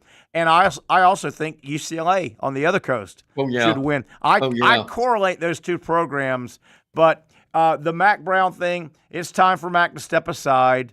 The problem is I just don't think North Carolina, unless they hit a home run hire, an up-and-comer, I just don't think they can command going and getting the Urban Meyer that's out there, the Steve Spurrier that might be out there. Am I right about that? Well, but let me say this, though, and I hear what you're saying, but let me give another slant to this. Okay. And I still hear this, and I'm curious what you think about it. The number 1 team that the SEC wants when they expand again is North Carolina. Totally agree. I agree with that. Yep. And there's a lot of things to like. They're really, there's no question that look, basketball, obviously, at some point they can be competitive in football. Yeah. But the other thing with North Carolina is and people don't care about this, but I'm telling you, the people who make decisions care. They do. That is a great academic school. There's no getting around that. And these SEC presidents and chancellors, when they're sitting, and Sankey does too, when they're sitting around talking about who they want, you better believe that's who they want is North Carolina. Totally agree with you. And you can kind of go state by state by state. North Carolina has this in their favor. Every state has the university. Yes. North Carolina is the university. Right. Florida in the state of Florida is the university. Michigan in the state of Michigan is the university. Yes. Ohio State in the state of Ohio is the – North Carolina has a lot of panache, and you're right. Yes. And I think you agree. They should play better football. No question. They should absolutely play no question. Better football. Somebody needs to get in there. If they get to the SEC and they get that big paycheck, you got to fix your stadium. You can't much like Missouri, you can't have a berm in the end zone, right? You got to go put a big stadium. But North Carolina should play better big-time football. Mm-hmm. And you're right. If they go into a conference not named the ACC anytime soon, it needs to be the SEC. Yes. Not the Big Ten. The Big Ten would help them, but North Carolina, the marriage between North Carolina and the SEC would be perfect, I think. Yeah. Absolutely. Yeah, I agree. I agree totally with that. But that's what we hear, that's a team that the SEC covets the next time they expand. Why is Auburn so bad? Is this a one-off? How did Hugh Freeze, who's been around the college game forever, how did he not bring in a better quarterback? Is this a one-off with Auburn? They're hard to watch. Auburn is hard to watch right now. Yeah, I agree with that. Listen, here's the amazing thing about this. Tell me if you'd ever believe this. If Auburn has a losing season, that's going to be 4 in a row. Are you serious? Ooh. Yes. Wow.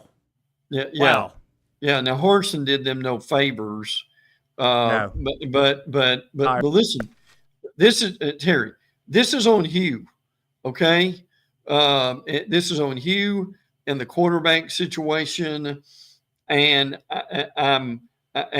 look, I've got friends with the Ole Miss broadcast folks that they're not surprised that this is going in that direction. Now, Hugh, I give him credit, went to Liberty and did a good job. He kind of reinvented himself along that lines. But I can tell you right now, they've obviously lost to Georgia, so they're 2-4 now. Right. Missouri, Kentucky, they're going to lose one of those games at least. That's 5. Both on the road. I'm looking at their schedule. Both on the road. Yes. And would it shock you if Vandy beat them? Not at all. Not at all. Vanderbilt comes into Auburn. Louisiana Monroe, you got to believe they're going to win there. A&M at Alabama. I see 2 more guaranteed wins, maybe, no more than that. This thing's going to get away from Auburn, and I didn't see it getting this bad. They're hard to watch. They're not a good football team. No, they're really not. I agree. Their defense is pretty good. Yeah, and they've got some pretty good individual players. Those freshmen like Cam Coleman's going to be good. But I'm with you. It's going to be another long season on the Plains. I mean, when you look at the scoreboard with Auburn this year, and the opposing team has 17 points, almost game over. It really is. It's almost last team that's been a disappointment to me. We're getting out of our region a little bit, but this coach and this program, they get here, but they get Oklahoma State. They're 3-3. They've got Ollie Gordon, and I've watched a lot of Oklahoma State football this year. They've been on a lot when I've been sitting in front of the TV. Sure. I'm stunned, and I guess Mike Gundy just is a guy. We always thought Mike Gundy might go to he never went to the next level, and he never took that program, Oklahoma State, to the next level. And I watched Oklahoma State this year. Brent Beaird, I have been stunned that the Cowboys have not, every game from the opening kickoff, they have not built their offense around Ollie Gordon. I would feed him the ball early. Absolutely. I would feed him the ball first possession, second possession, third possession, and then figure it out. I've seen games where he's been healthy, he's been on the field, and he's a Heisman caliber back. They have wasted at Oklahoma State, I think, this year. Well, and look, they've got now BYU is pretty good. They are. Arizona State, Texas Tech, and Colorado. So you're talking about probably 2 or 3 more losses. Yep. Let me tell you about Gundy. And a lot of people probably don't know this, but it's easily Googled. Gundy and Tennessee have been in talks about him being the head coach at Tennessee. Agree. Well, probably 3 different times. How about that? And that's how close he's been to having the job at Tennessee. And my question to you is, you brought this up a minute ago, how would he have done there? Would they have been a consistent 8-4 with Gundy? He may have been what I think may turn out right now. He may have been Josh Heupel. Yeah. Win 9 here and there, but Gundy just could never get him over the top there.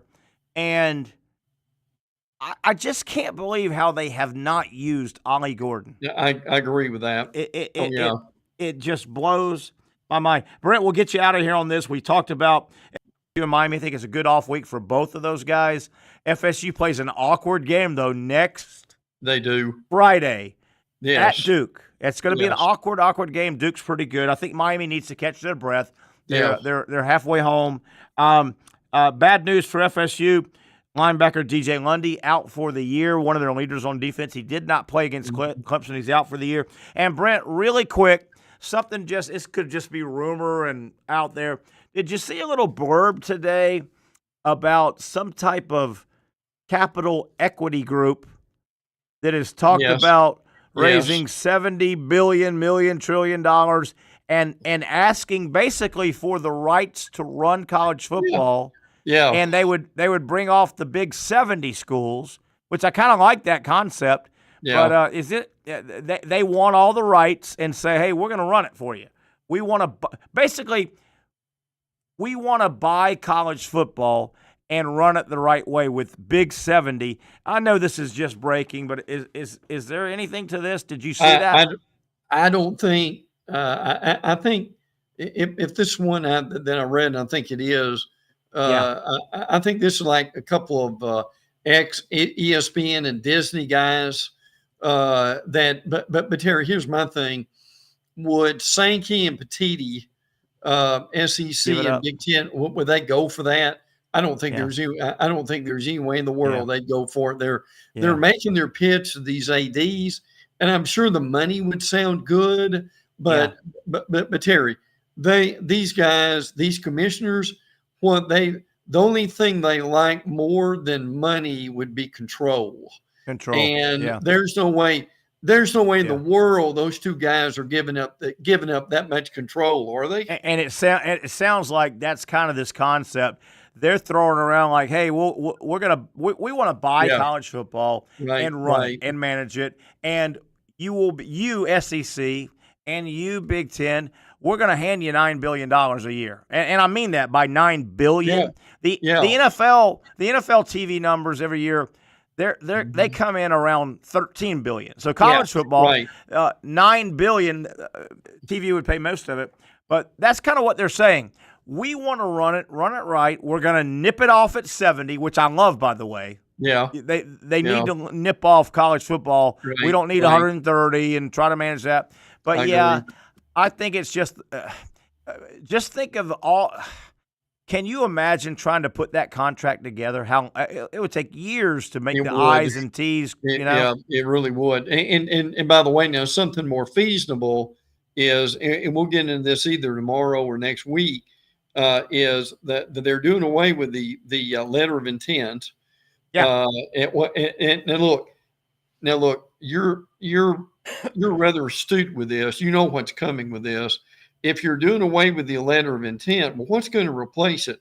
Well, what's going to replace it is contract. A contract, yes. And a labor contract. And you and I have been talking about this how many years now?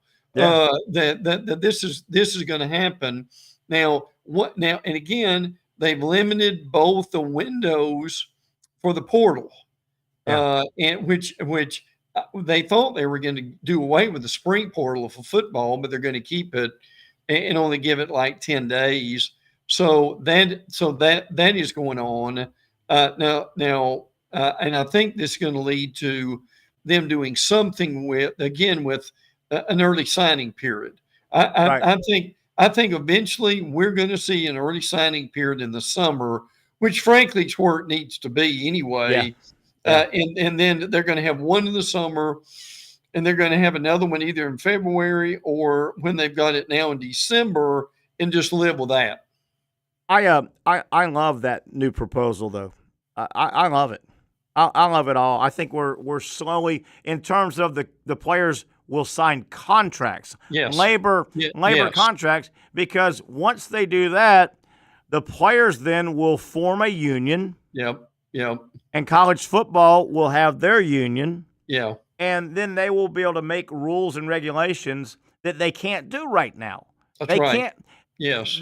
Once those two entities have their own entity, if you will, college football can say, we're a private club. If you want to play in our club, you have to do this, this, and this. Yeah. Right now, they can't do that, but the fan cannot figure out that they can't do that legally.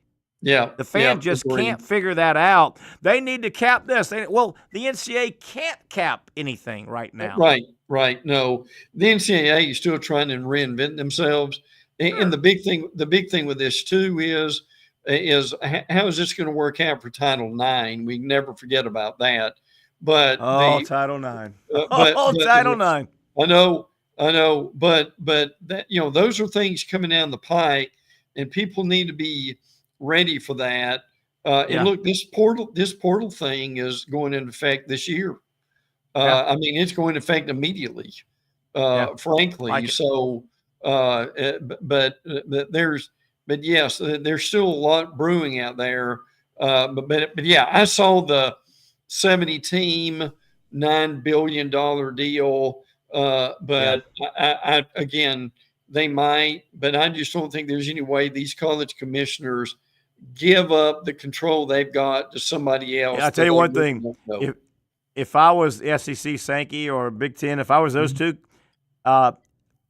if I was even entertaining it, whoever this group is, 70 teams, $9 billion, blah blah blah, I would open it up and say we're taking bids, man. I mean, because wouldn't you want the free market to take over? Because my God, what would you bid to get basically a major college football league / playoff? Ooh. Well, I still wonder though, to your ideal, if the day's coming where the NFL just takes all this over. Why not? They're the perfect one.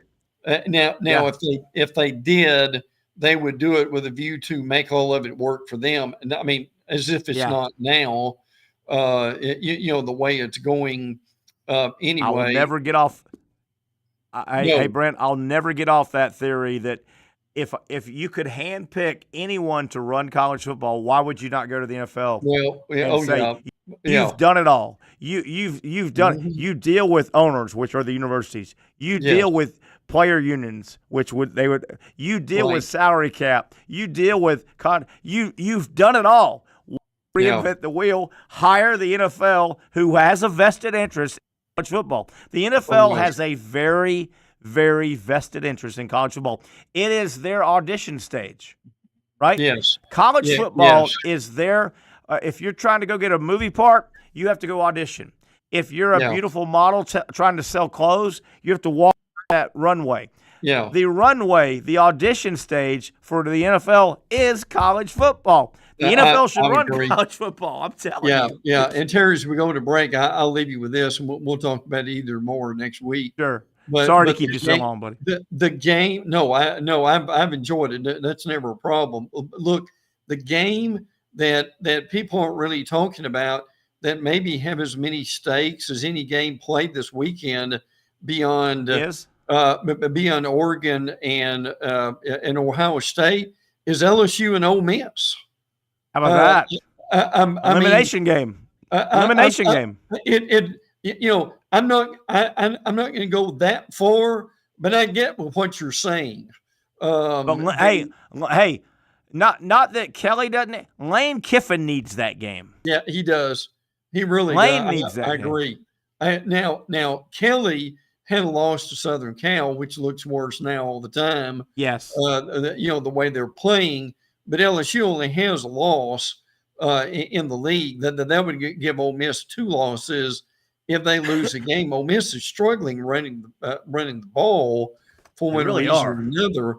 But the bottom line, have you noticed that? Like I have, is whatever reason nobody's talking about that game. No, and I think it's because it's overshadowed by this Ohio State and Oregon game. And listen, are people going to be watching Florida, Tennessee? Because this can be on the same time as Oregon, Ohio State. I thought of the same thing. They go head to head. Nobody's going to watch it nationally. The game in Knoxville. Ole Miss also still has Georgia. That's right. So Ole Miss that's a tough win for Ole Miss, especially if they've already got 2 or 3 losses. I mean, Ole Miss needs this game to survive. They really do. And what a great old SEC game. Brent, thank you, buddy. Kept you way too long. We need to charge people for this kind of segment, man. That was good stuff. I appreciate everything you do, buddy. Thank you, buddy. And listen, we'll talk either tomorrow or certainly multiple times next week, okay? You got it, my friend. That's Brent Beaird, the best in the business when it comes to college sports, college football. Nobody knows it better and explains it better than Brent Beaird. Let's take a break. Come back. We'll start wrapping things up. Let's take a look at the NFL, some of the games over the weekend that we should pay attention to, and also 2 or 3 teams. Who's going to get that group of 5 bid? The group of 5 gets in the 12-team playoff. There's 1 or 2 teams right now that have kind of separated themselves. Who are they? We'll talk about them on the other side. The Young and Norvelle Show continues on a Thursday. It is presented by Sliders Oyster Bar. Finally, a family atmosphere, kid-friendly restaurant with a real sports bar feel. Rick's Jack's Beach features all of that and a large, climate-controlled covered patio with misting fans and heaters for all seasons. Mix in an extremely diverse menu that features the most quality and affordable steak at the beach, and there's no reason not to enjoy your next lunch, dinner, happy hour, or big sporting event at Rick's Jack's Beach, 300 2nd Street North in Jacksonville Beach. See you at Rick's Jack's Beach.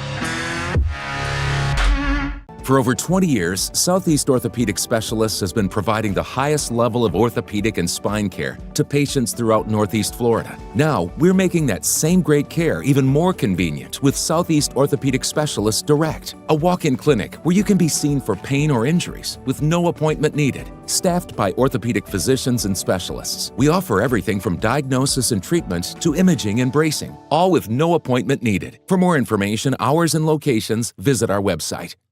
You really got to hand it to him. Hold on. The previous play is under further review. I'm not sure what he could review, but okay.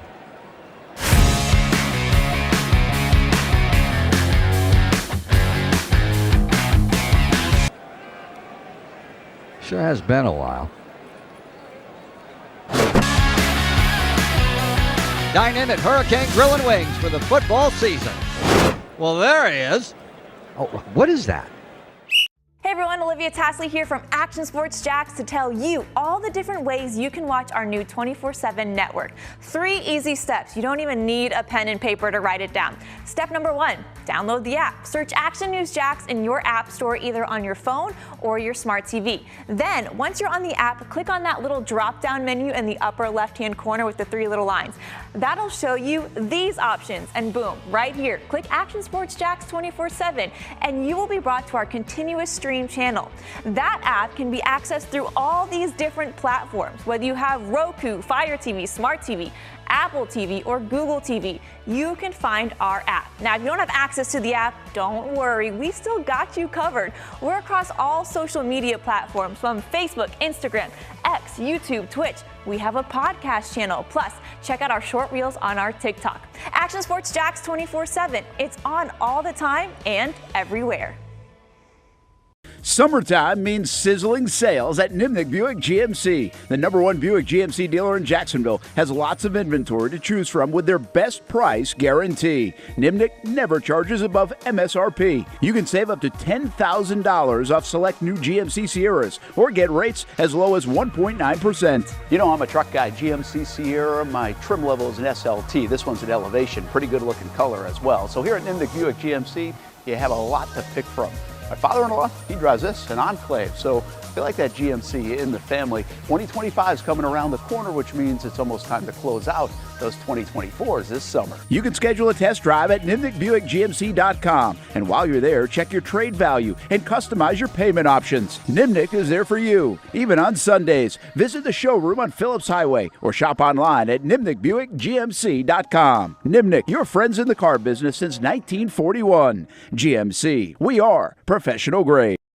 All right, the big question right now as we welcome you back, Thursday edition brought to you by Sliders Oyster Bar. We are not on the patio. You know, I'm always on a Thursday on the patio at Sliders Oyster Bar. They're shut down today, just making sure everything's fine with the weather that came through. They're ready to rock tomorrow. Full go, Sliders open so you can enjoy the great atmosphere, the great food, the great service at Sliders Oyster Bar featuring Safe Harbor Seafood. Now, with that said,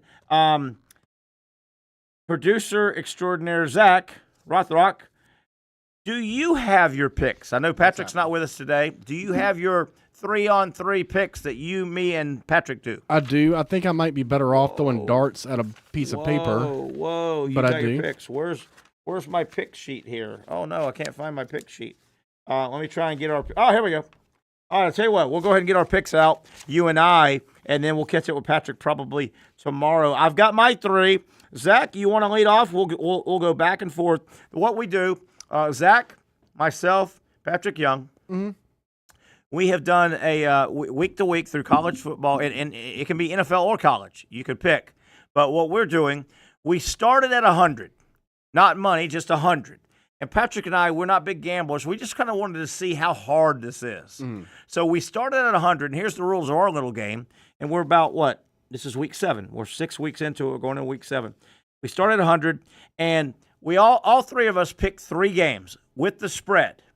And we assign 3 point totals, 5, 10, 15. So if you hit one for 15, that's plus. You miss one for 5, right? So that's what we do. And that's where we're at right now. We go into week 7. Zach, I'm at 160. We really don't have to slowly go. I'm at 160. You shut your filthy mouth. I am 60 to the good, for God's sakes. That's a really good ROI. It really 1.6%. That's crazy. That's like an insane rate. That's professional gambling status. There's no way you can maintain. Smart. If you can maintain that over the course of a couple of years, you would literally be the greatest gambler of all time. Well, you know what I mean. You literally would be. When I say your money and my smarts, and we can go do this. So I'm excuse me. I'm plus 60 at 160. Patrick, I had a plus 30 week, by the way. Not my first one. That's a perfect week, by the way. Yeah, you're going to throw that elbow out. Yeah. Patrick had a plus 10 week. He went from 20. He was down to 20, by the way. He's now at 30. And, Zach, you had a I'll just say it quiet, Zach.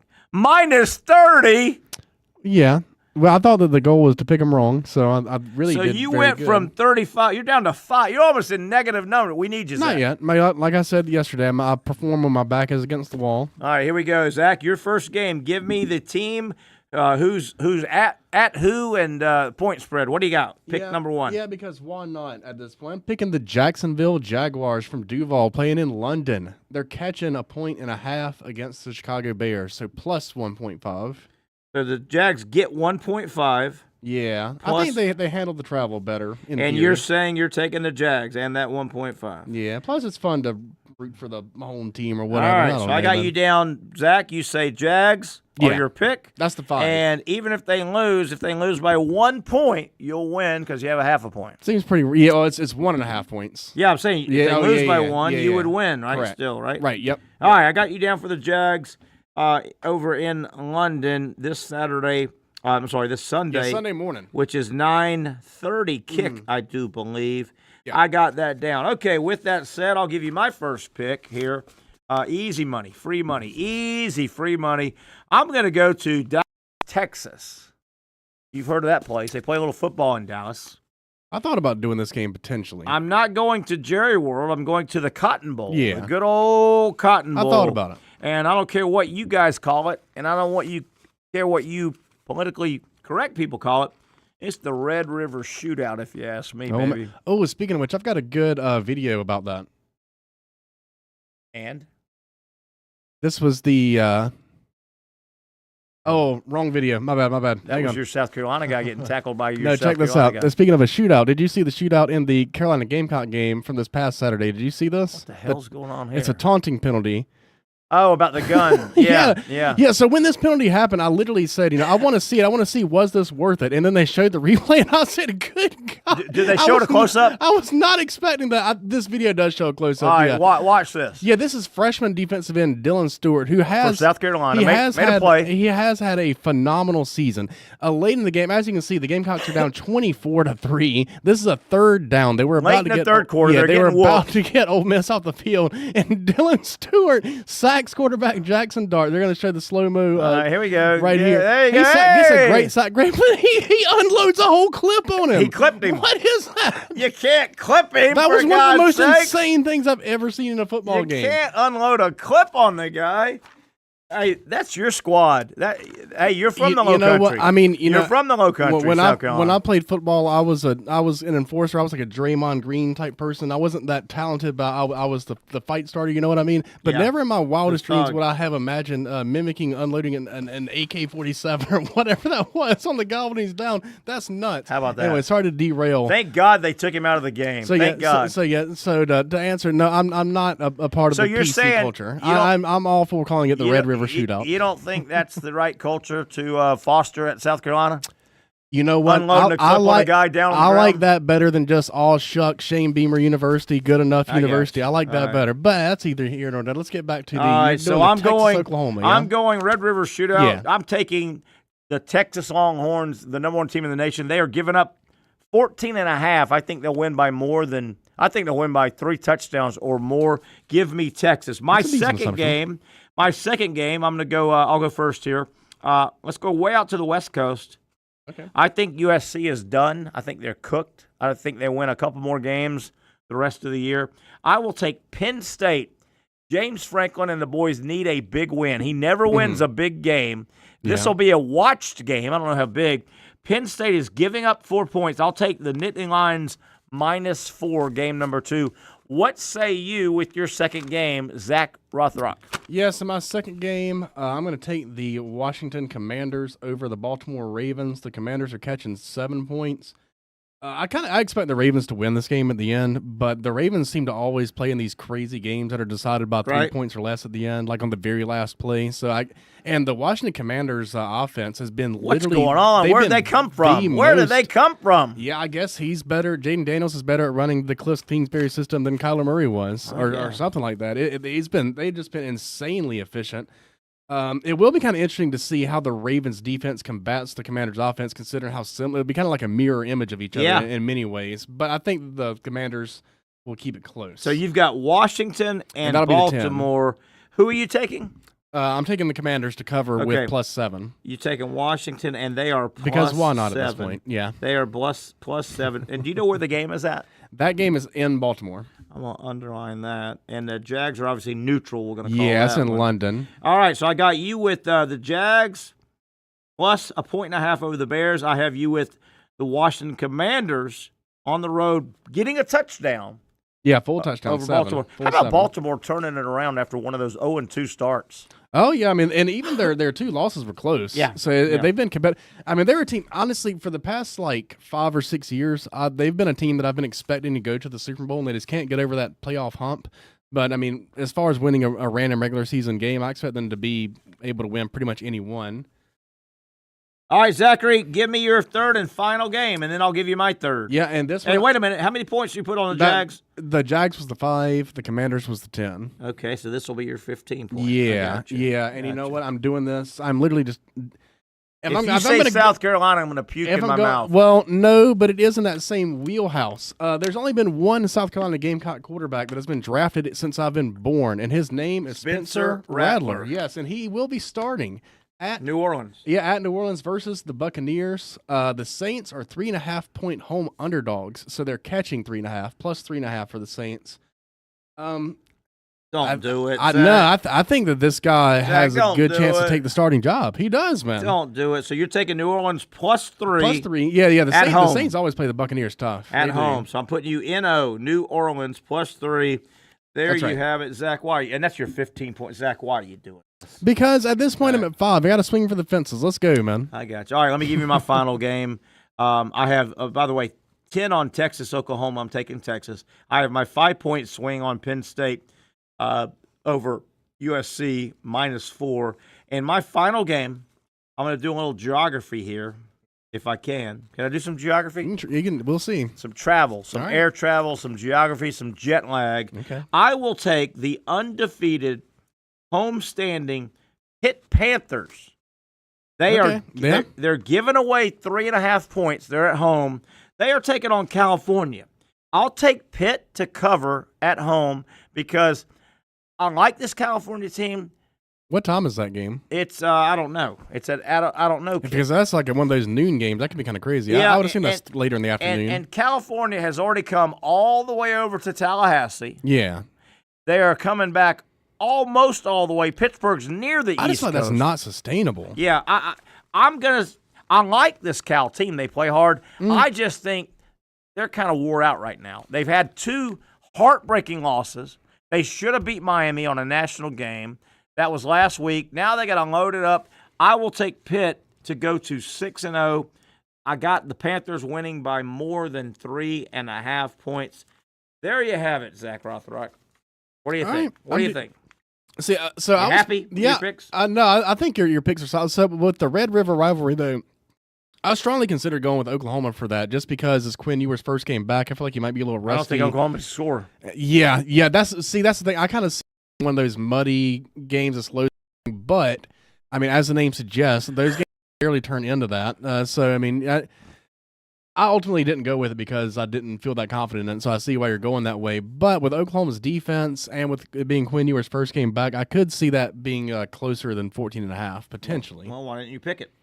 Like I said, I'm not that confident in it, but you asked what my opinion was. You're a dirty buzzard from the low country in South Carolina with those dirty buzzards. I don't think that has anything to do with it. I picked 3 games. Dirty buzzards. All right, let's take a break. We'll come back, wrap things up. Been a fun one on Thursday. I want to thank our Thursday sponsor. You know them. You love them. Sliders Oyster Bar. Finally, a family atmosphere, kid-friendly restaurant with a real sports bar feel. Bricks Jack's Beach features all of that and a large, climate-controlled covered patio with misting fans and heaters for all seasons. Mix in an extremely diverse menu that features the most quality and affordable steak at the beach, and there's no reason not to enjoy your next lunch, dinner, happy hour, or big sporting event at Bricks Jack's Beach, 300 2nd Street North in Jacksonville Beach. See you at Bricks Jack's Beach.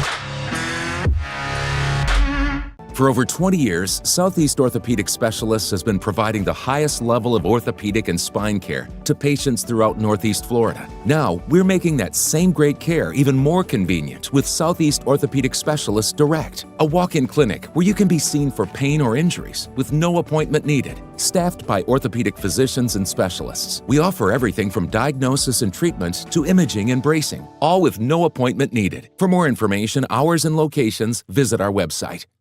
You really got to hand it to him. Hold on. The previous play is under further review.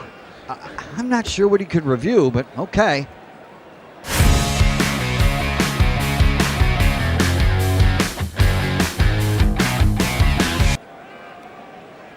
Sure has been a while. Dine in at Hurricane Grill and Wings for the football season. Well, there he is. Oh, what is that?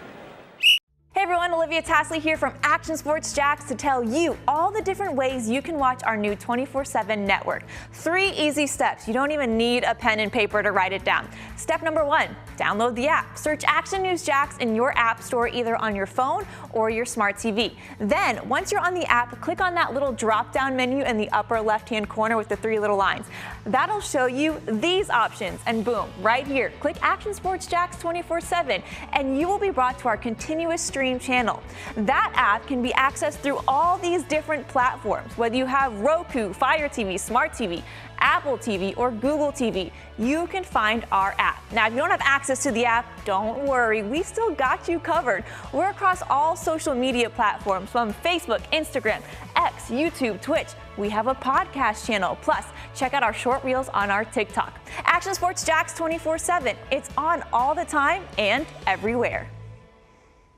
Summertime means sizzling sales at Nimnik Buick GMC. The #1 Buick GMC dealer in Jacksonville has lots of inventory to choose from with their best price guarantee. Nimnik never charges above MSRP. You can save up to $10,000 off select new GMC Sierras or get rates as low as 1.9%. You know, I'm a truck guy. GMC Sierra, my trim level is an SLT. This one's an Elevation. Pretty good looking color as well. So here at Nimnik Buick GMC, you have a lot to pick from.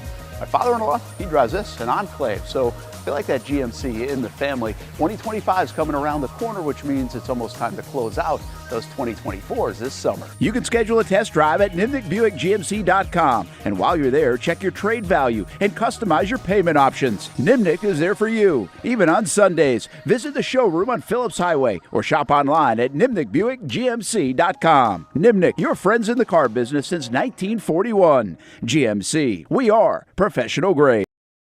All right, that'll just about wrap things up, man. Fun show. Hope you enjoyed it. If you missed it or missed some of it, you can always check it out on all of our social media pages. And you should be following us. All you have to do is bang in the name, the Young Norvelle Show, Young Norvelle. It'll pull up on Facebook and X and YouTube and everywhere. The easiest way, I don't know how you're consuming us right now, the easiest way, make sure you also have the Action News Jax app. Download that app, and then at any time, particularly from 4 to 6, when we're on here Monday through Friday, the Young Norvelle Show, when you go to the app, 4 to 6, you're going to see Action Sports Jax. Click that bad boy on. That'll send you right into our streaming sports channel. And between 4 and 6, you get us. Obviously, midday, you don't want to miss Brent and Austin. They do our midday show 10 to 1. We got a pretty good thing going, we think, and we hope you are enjoying it. And we hope that you help us grow the show. We don't really have a lot of time to get into the group of 5 teams. We'll try and do that tomorrow. Right now, I think there's 3 or 4 teams fighting it out. The group of 5 gets a bid. The highest ranked group of 5 team at the end of the season gets into the college football playoff. Boise State, number 17 in the nation, with a Heisman Trophy contender. I think they're the leader right now. Memphis, they're in the mix. Gosh darn, do you have to throw Army and Navy? They're both 5-0. What if one of those teams runs the table or goes 10-1? Ay. We'll talk about that and a lot more tomorrow. The show will originate from our Friday home, Bricks, Jax Beach. Come out, say hi, or make sure you watch it. That'll do it. Have a great rest of your Thursday, everybody. Thanks to Sliders Oyster Bar.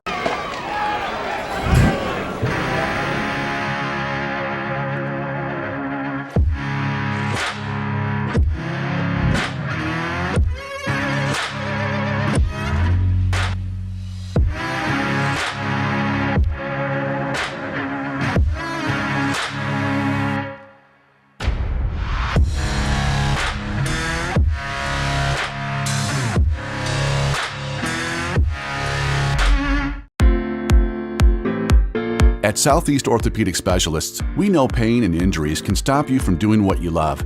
This is why our board-certified orthopedic specialists offer the latest in both non-surgical and surgical treatment options and create a treatment plan tailored to your unique lifestyle and goals. So, whether it is a sports injury or that nagging pain that's keeping you from doing what you love, our team has the right treatment for you. For more information or to schedule an appointment online, visit our website. Finally, a family atmosphere, kid-friendly restaurant with a real sports bar feel. Bricks Jax Beach features all of that and a large, climate-controlled covered patio with misting fans and heaters for all seasons. Mix in an extremely diverse menu that features the most quality and affordable steak at the beach, and there's no reason not to enjoy your next lunch, dinner, happy hour, or big sporting event at Bricks Jax Beach, 300 2nd Street North in Jacksonville Beach. See you at Bricks Jax Beach. You really got to hand it to him. Hold on. The previous play is under further review. I'm not sure what he could review, but okay.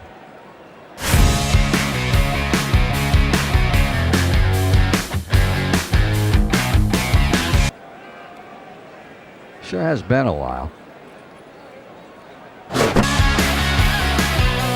Dine in at Hurricane Grill and Wings for the football season. Well, there he is. Oh, what is that? The Action Sports Jax 24/7 network is streaming. I'm Stuart Weber, and I'm here to teach you a nice 3-step process on how you can watch all your favorite programming from the Brent and Austin Show every weekday 10 a.m. to 1 p.m. or the Cup Date with me. It's fantastic. We talk NASCAR. It's a great time. Wednesdays at 1 o'clock. All right, first step, easy. Download the Action News Jax app. You probably already have it downloaded on your phone, so you might already have that one taken care of. Step 2, see that stack of pancakes up there? You click that stack of pancakes, and it's going to bring down step number 3, which is a full screen of all the different streams that you can click on, including the Action Sports Jax 24/7 stream. You click that, the video's rocking and rolling on your mobile device. You're watching all the shows you want to, and you're having a good time. You can also do it on your smart TV with the Action News Jax Now app. I do it on my Samsung TV at home. It's a great way to watch it on a nice, large screen for all the content. That's the Action Sports Jax 24/7 network. Hope you can find it. You trust CGC to make your water great, and now you can trust CGC with your plumbing needs as well. Fast, convenient scheduling, licensed and insured. A quick call away at 904-552-1242. You never know when you're going to have an issue with a shower, toilet, or maybe it's a sink that sometimes is easy to fix. All right, let's be honest. I'm not fixing anything. I'm totally staging this because when I have a plumbing problem, I call CGC Water Treatment and Plumbing. Trained professionals, transparent pricing, customer satisfaction. Small problem or even a bigger issue. Maybe you need a new tankless water heater or something a bit more intricate. The experts with 25 years of experience at CGC Water Treatment and Plumbing can do it all. Call 904-552-1242 or visit cgcwater.com. That's 904-552-1242 or cgcwater.com. CGC Water Treatment and Plumbing, an authorized independent Connecticut dealer. Florida license